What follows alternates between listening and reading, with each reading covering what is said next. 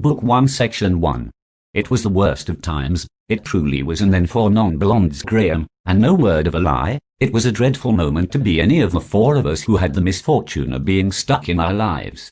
No wonder there was so much talk of the change we hoped was around the corner, and, despite more than a few teething difficulties, seemed to be finally heading our way.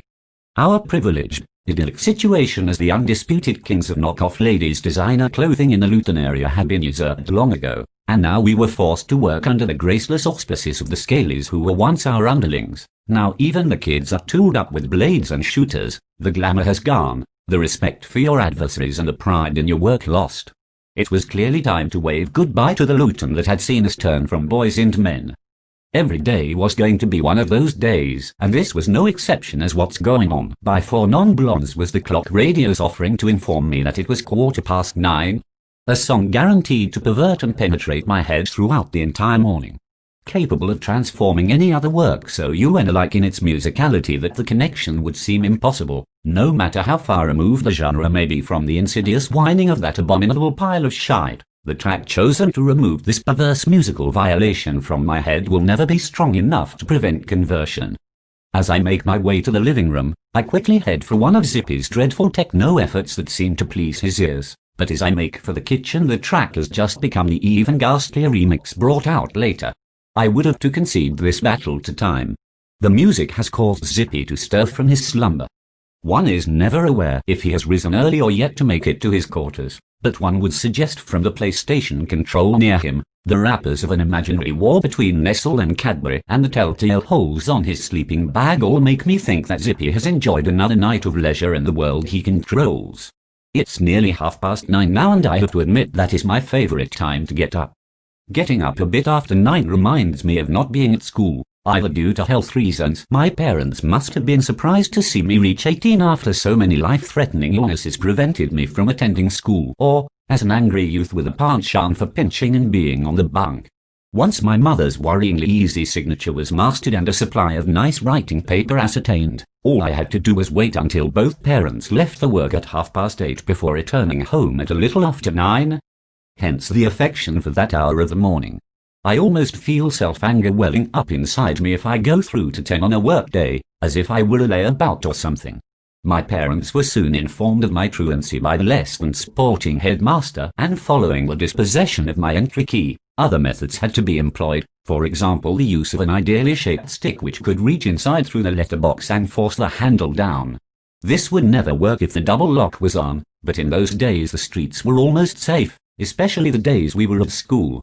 Then it would have to be over the fence and leaving the back door open, until a combination of me forgetting to close it later and my parents asking the eagerly nosy neighbors to keep a biddy peeler out for any untoward activities led to first, an embarrassing moment upon my mother's unexpected return with me exploring the highlights of their video collection, and subsequently, the inevitable burglary. After that I was forced to sit in silence as the merest sound from the telly or music machine would be brought to the attention of my parents. That soon became actually more boring than being at school, and, to my joy, in my absence the school had acquired some characters.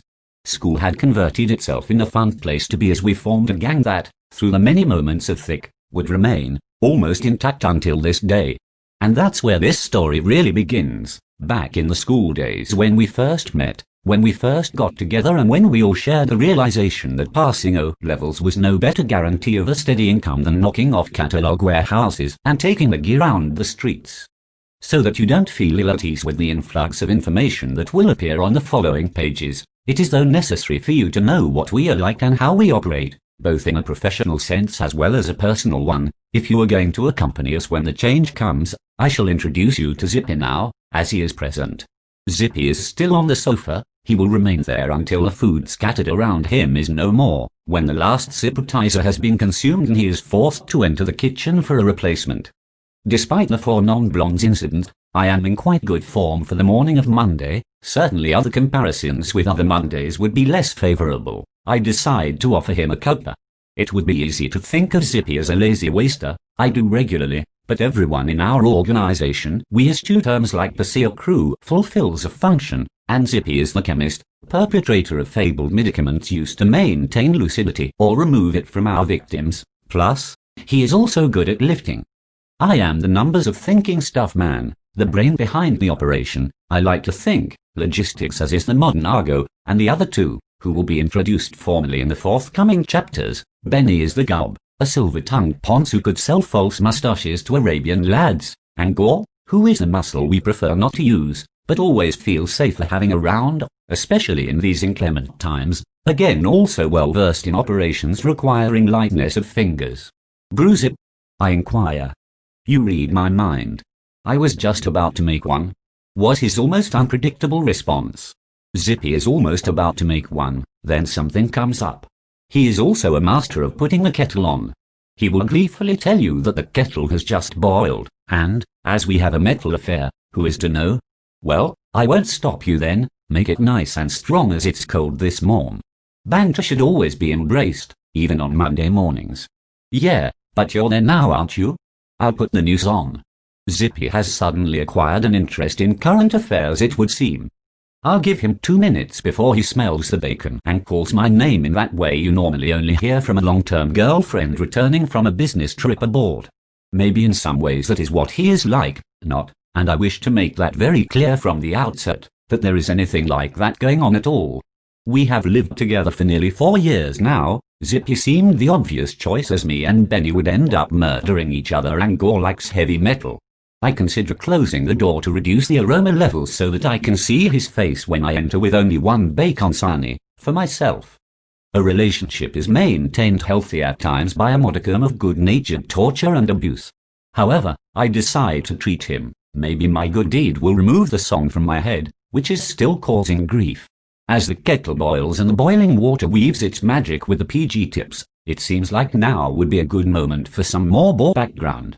Dates fail me to be able to say with any exactitude, but we must have been in the 4th year at secondary school when we started knocking around together.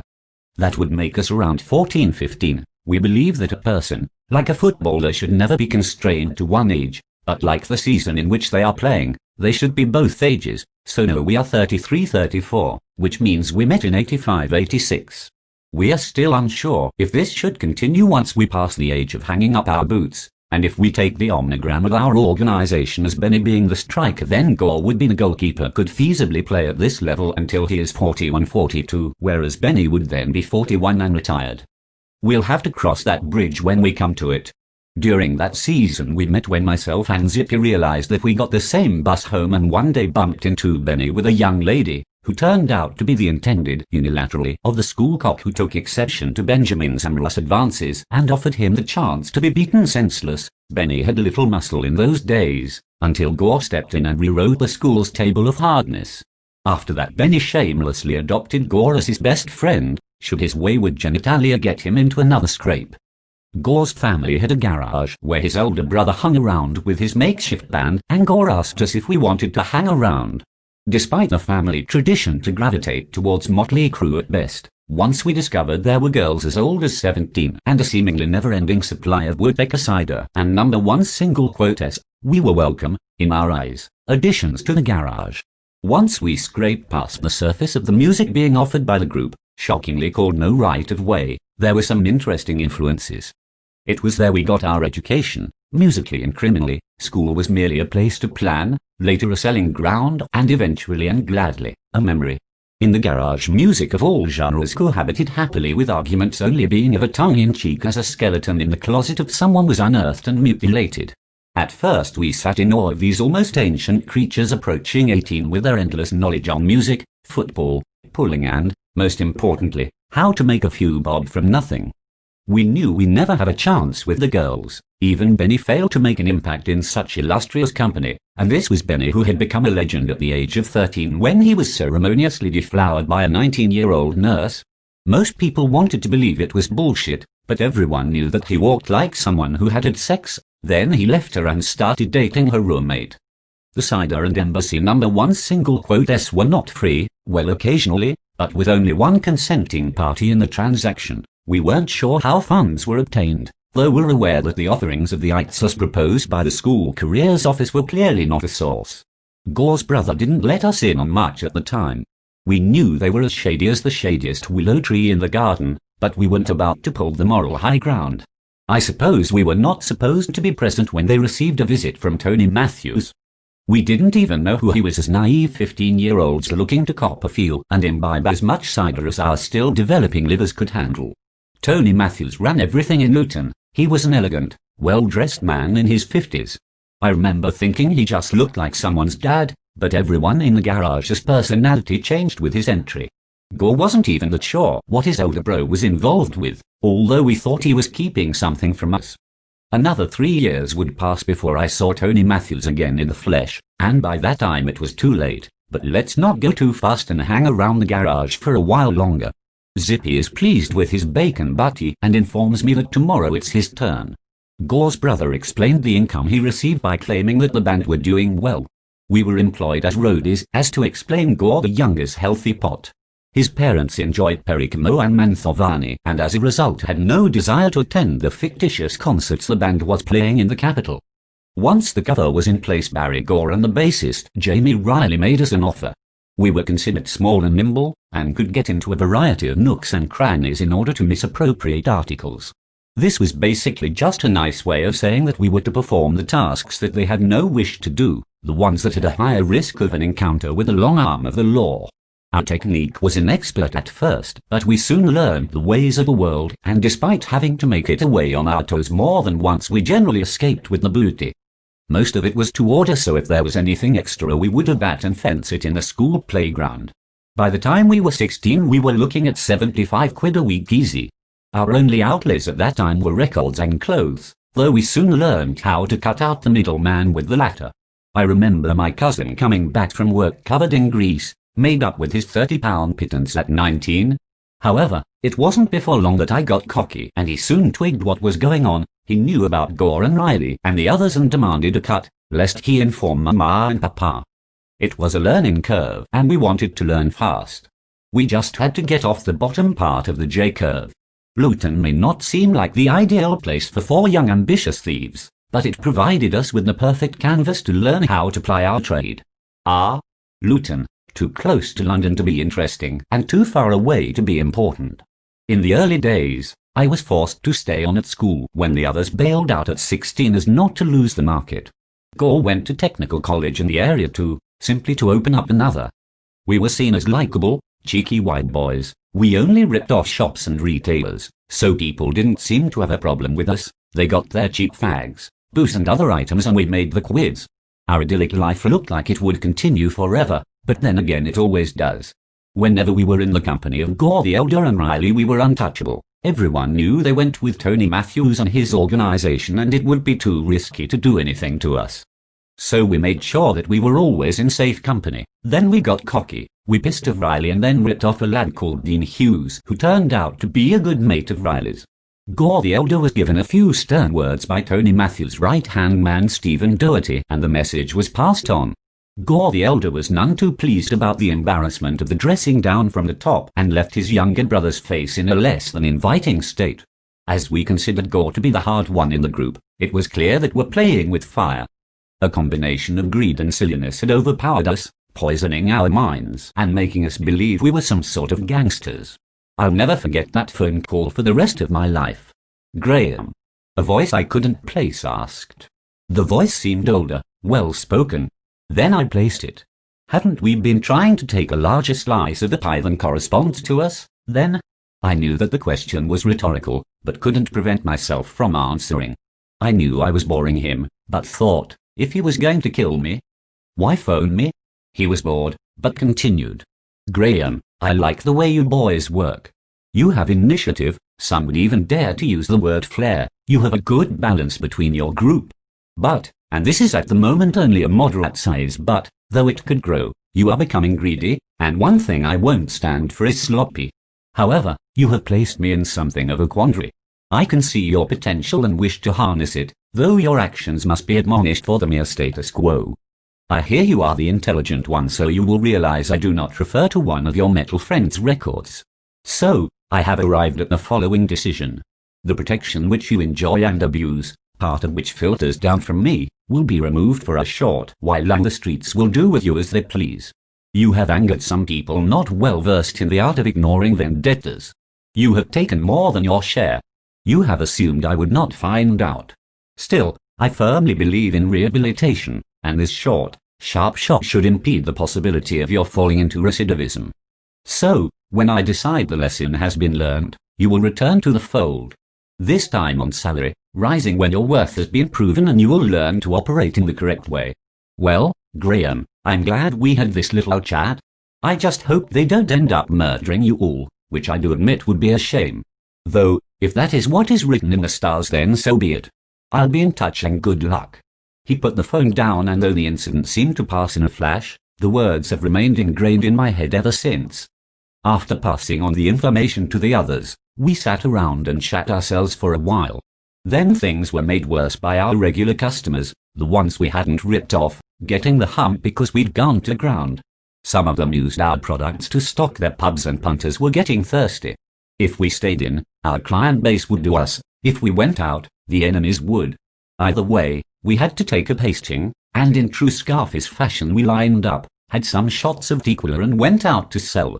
Feeling invincible, we entered the pub owned by Dominica Morgan's dad and offered the loot. It wasn't long before the local telephone wires were jumping, and as we left, Dean Hughes was in the car park brandishing a baseball bat that looked actually friendlier than his cohorts. As we heard the doors of the pub bolt behind us, Zippy lit a fag, and Benny rushed with all his might towards Hughes. Benny would rather die than have the baseball bat do any damage to that, in his opinion, beautiful face.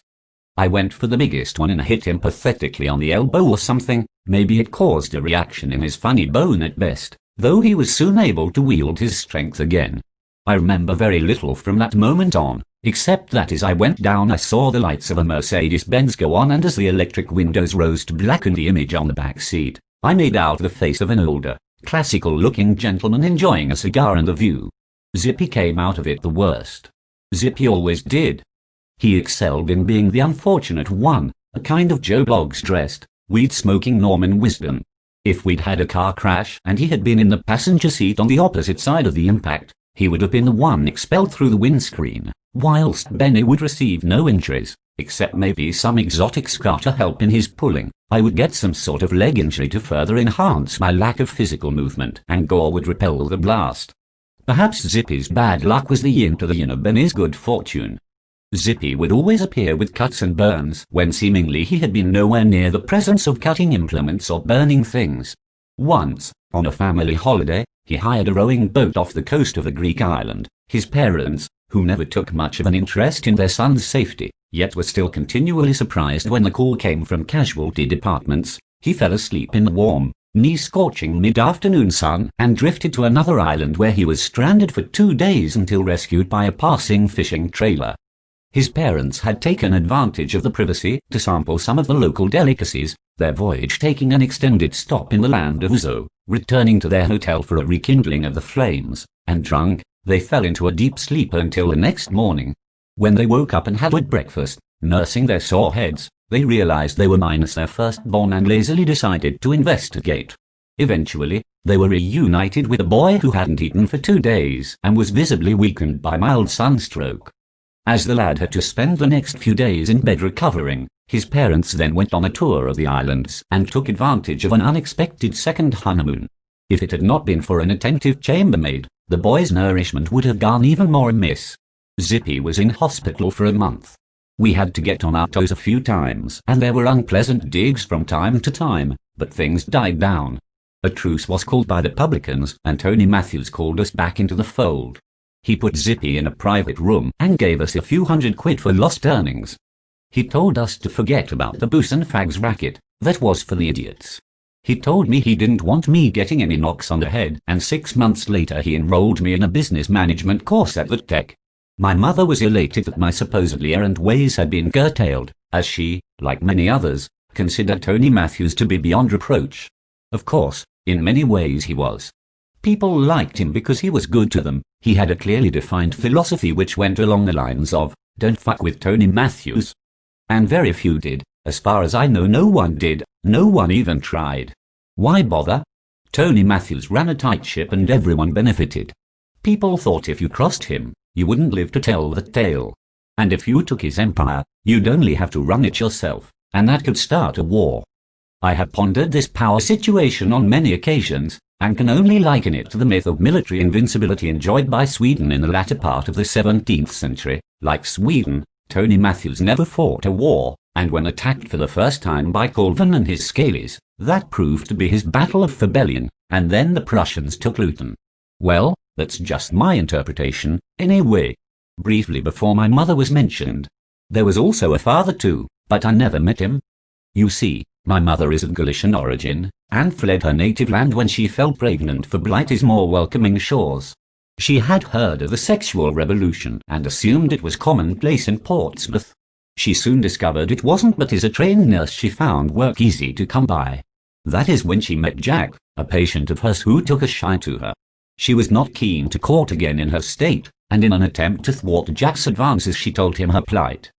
To her surprise he told her that it were not a matter of concern for him, and that if she would do him the honour of becoming his good lady wife, then they could move to a new place and start a new life. She couldn't see a better offer coming before she got fatter, and accepted.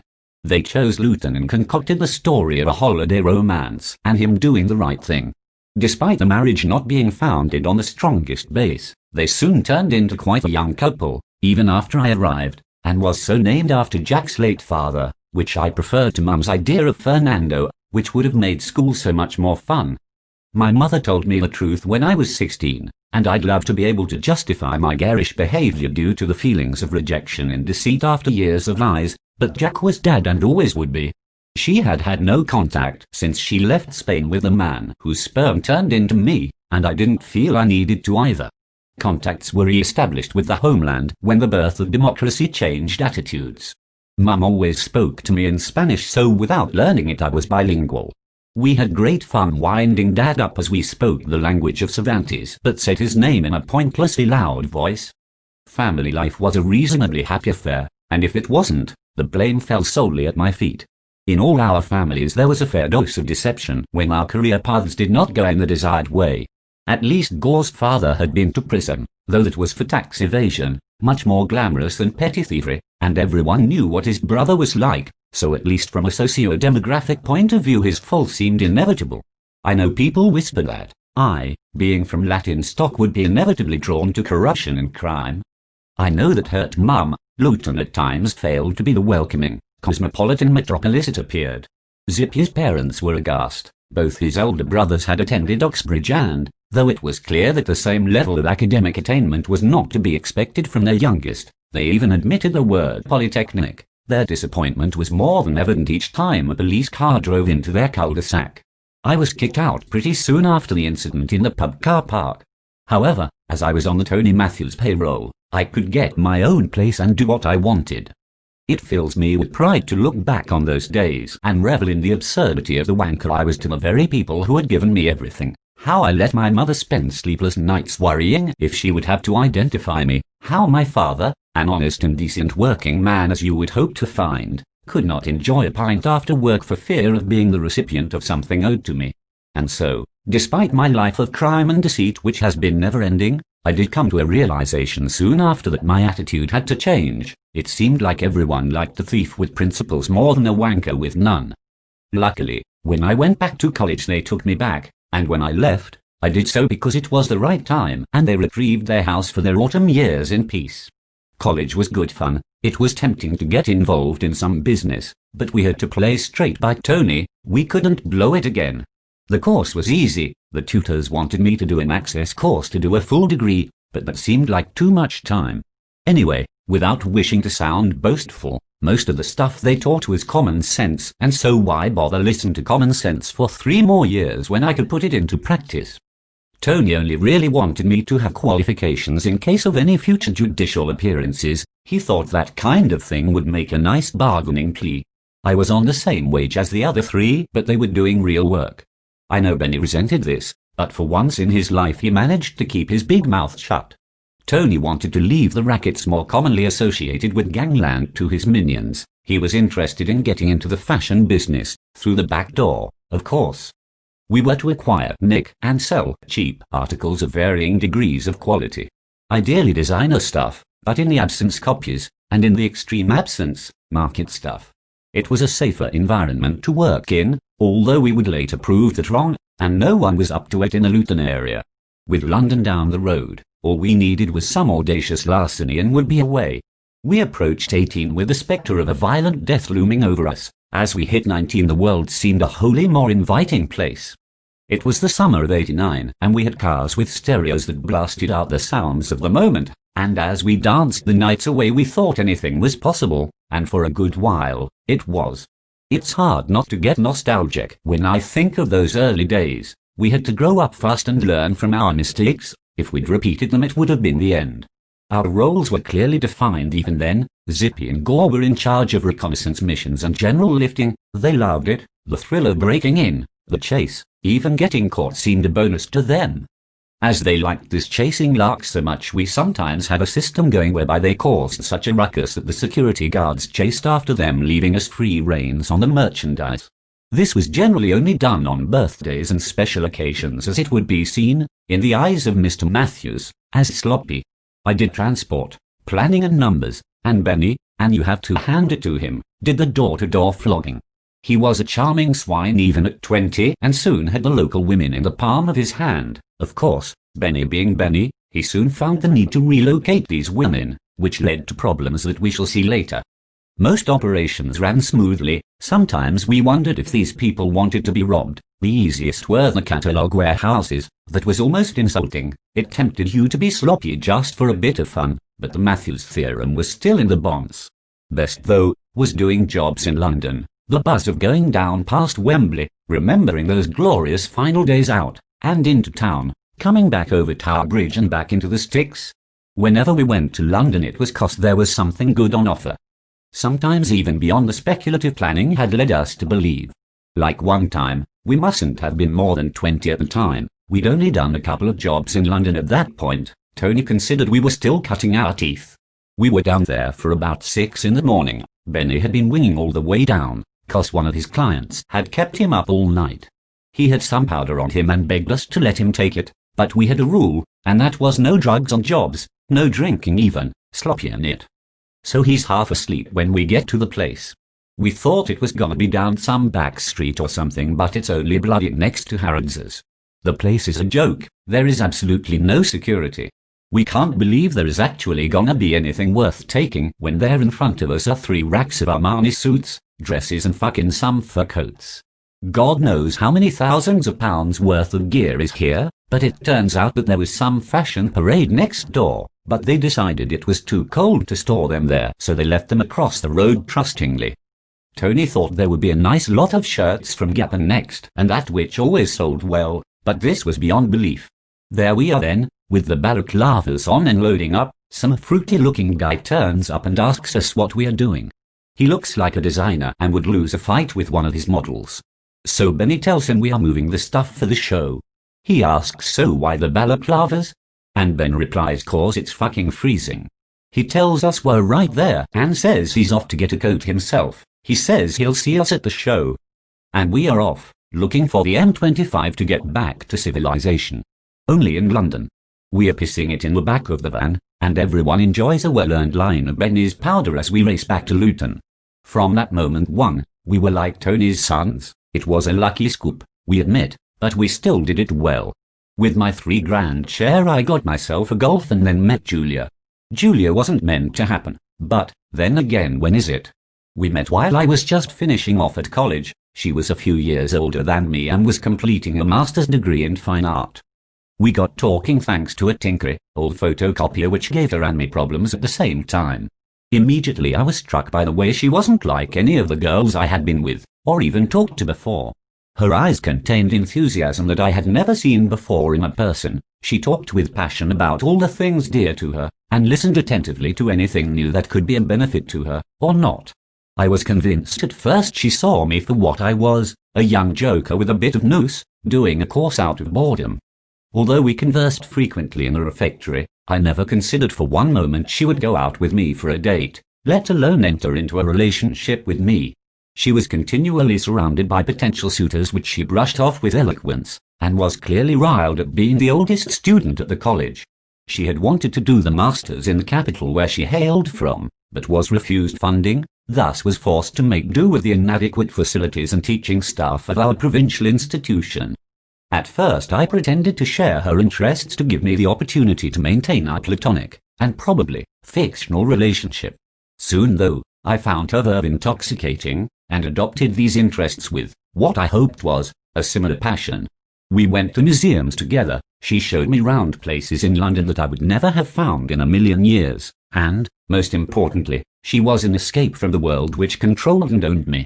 I deliberately kept her apart from the others, mainly because I didn't want her to know what we got up to, and secondly because I feared Benny's charms might work on her. Even though I knew she was not the type Benny would go for, he may have just had a pop to rile me, to show me that he was the master. It was one of the facets about Benny that I most detested, and over the years more would come to replace and supersede that one. For me it was love at first sight, but that love soon turned into a longing pain that filled my entire existence. It was hard to concentrate on my work, or studies with Julia ever present in my head. I would have her as an imaginary passenger in the getaway vehicle, discussing modern art with her as the others raided another warehouse.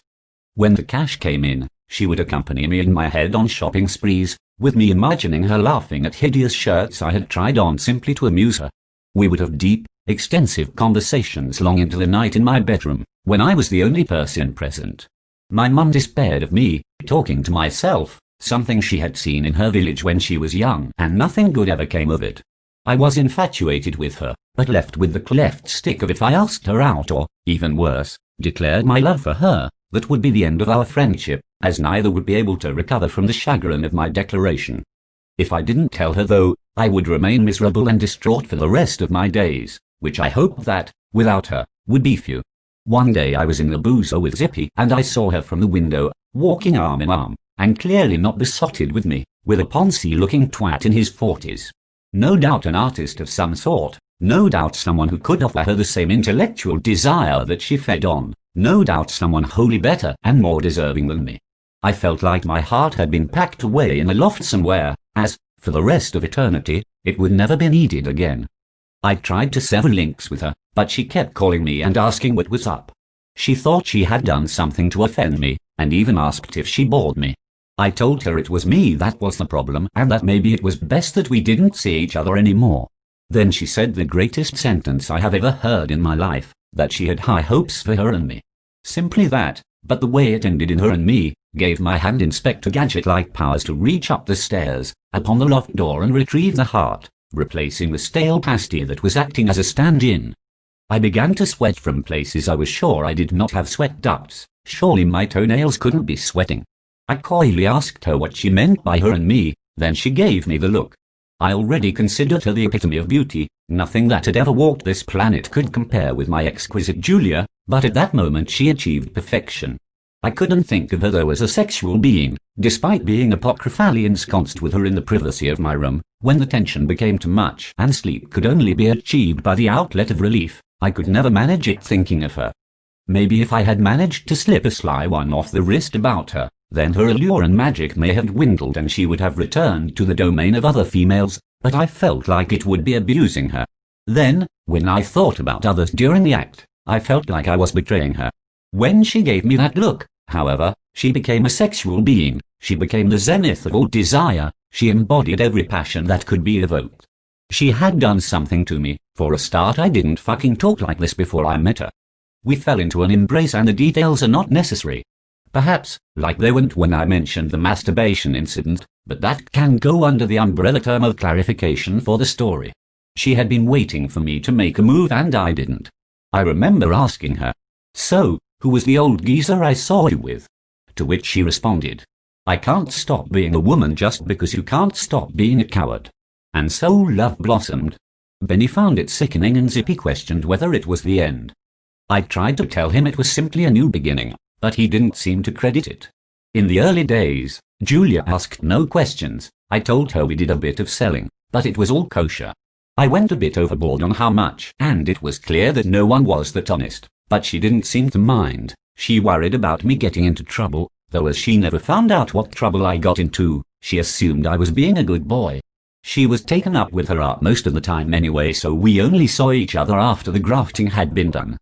Well, we also enjoyed numerous horizontal lunches, and my Spanish blood introduced her to the joys of the awake siesta. It was the best time of my life. Tony was so happy with my progress and healthy state of mind that I was basically running his numbers and planning operations and was superfluous to requirements for the work of the foot soldiers. The rest didn't get too uppity as my tactical brilliance brought them in some very big scores. It also meant the pots were full and the law were off our backs. In times of plenty, love is all around. I was convinced that there was no way Julia could find out. I wasn't, at that time, aware as to what her potential reaction would be, but as my mum says, when it's the epoch of the think cows, then problems started to appear. We had problems with the law, not that they wanted to arrest us, they just wanted a bigger share of the pot. We had our hands tied. To operate we needed jurisdiction, and to get jurisdiction we need to operate.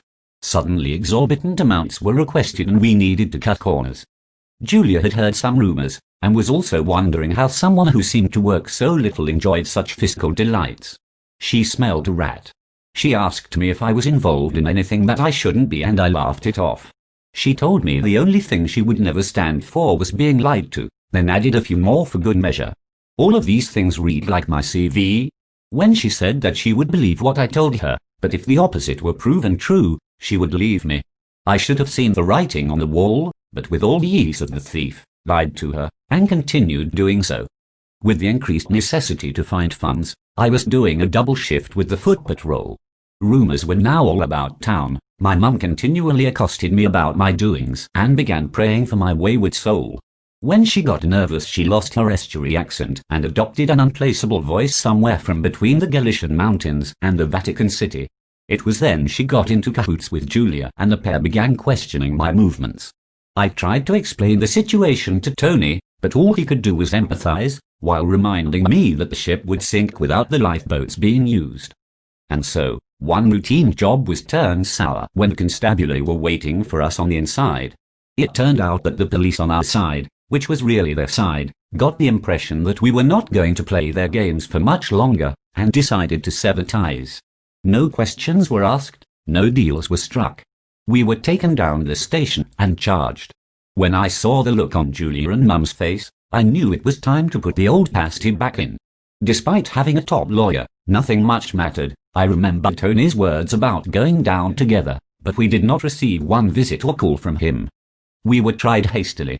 In court, when under questioning, Benny could not resist the opportunity to reproach the judge when he claimed we were selling these products for 100 quid. His exact words, "Your Honor, we're not those sort of boys, we'd only charge you 20. We couldn't help but laugh, not because it was funny, but because our brains had parted company with our moves. Maybe if we hadn't laughed wouldn't have got a year each, but then again, would it have made any difference?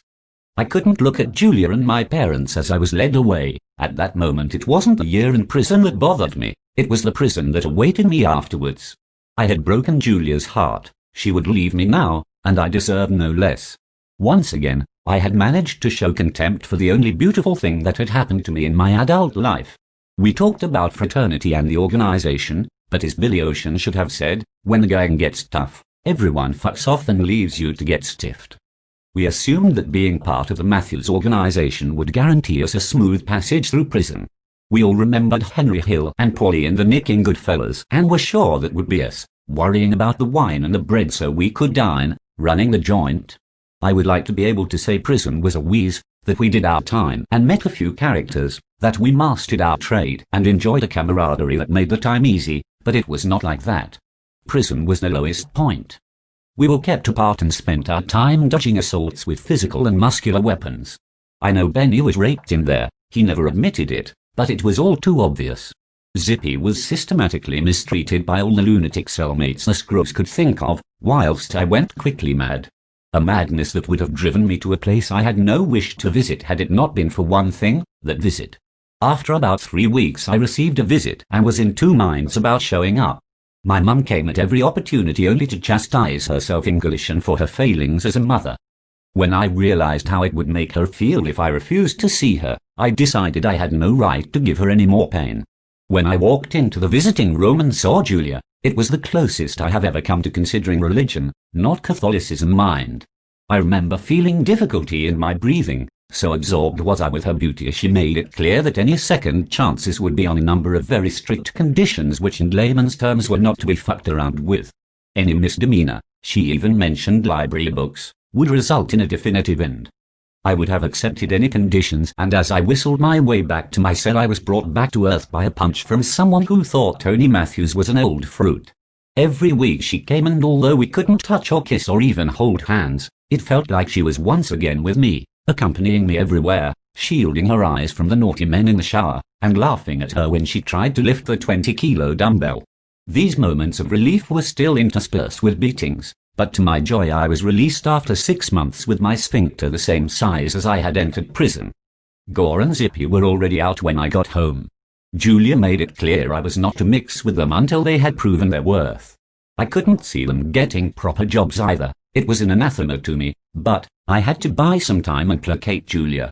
I still had a fair bit of money stashed away, so work was not considered a priority until Julia announced she would not have the rewards of the devil's work in this house. She had spent a lot of time with my mother, and that caused me some pain.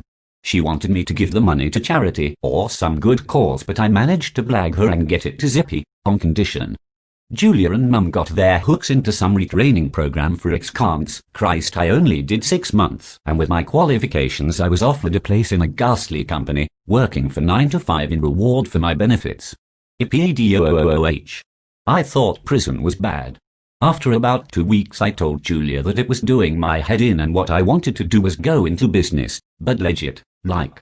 She embraced this idea, but commented that funds were an issue as she hadn't sold a painting for yonks, and her work had suffered due to my incarceration. Then Tony Matthews found out where I was and came looking for me. When I left prison I made myself 2 promises, 1 never to return to prison, and 2 never to lie to Julia again. Don't ask me about the order of priority, cause I can't tell you. Soon, the second promise was modified to never lie to Julia again, unless it is wholly inevitable and you won't get caught. Tony offered me my old job back, and a mate at the program said he would cover for me. I felt capable of living a double life. Unfortunately, and unbeknown to me, my mate was done for robbing a car and was sent back from whence he came, leaving me without an alibi. For about 4 months I got away with it. I eschewed the materialistic trappings my earning power could aspire to, and lied constantly and freely to Julia and my parents. She recovered her flair for painting, and I managed to get an anonymous buyer to pay over the odds for her work with my money, so there was cash in the house. So pleased was she with my recuperation that she decided to surprise me one day outside the program with tickets for a week in the Bahamas. Needless to say, her disappointment levels reached new extremes when she discovered that Graham Thompson had not been seen in the place for months. When I got home she showed no emotion. She asked me questions about how things were going, allowing me to prove myself truly the biggest twat in the world, which I did gleefully. Lying had become an integral part of our relationship, well, at least my interpretation of it. Then she held up the tickets to my delight. When she ripped them in two, I began to suspect the worst. She simply said that the conditions had been broken and that she was leaving forever. I felt so emasculated and subhuman that I made no attempt to stop her. I had no right to stop her. I had destroyed her definition of trust on 2 occasions, and she knew I would gladly nosedive towards a third. My mother had been informed and excommunicated me properly. This was no sulk. I had nobody except the organization. What was the point of going straight now? And when I look back and wonder if things could have been any different, I'm not sure if they could. I hate myself at feeling in part relief because I now can do what I wish and pain for the loss of the only woman I could ever truly love in my life. And as I sat and recounted the pain and misery I caused her and my family, I wonder what kind of person I truly am, and despair as the answer always seems to be, fuck it. Anyway, that was Julia. I fear she will crop up from time to time, but we have missed out a part of the story that is essential. That we are for, but there was a Pete Best. Though, that is a story best told by Zippy, and as he has to go to Colvins to pick up our sales produce for this week, he can tell you on the walk.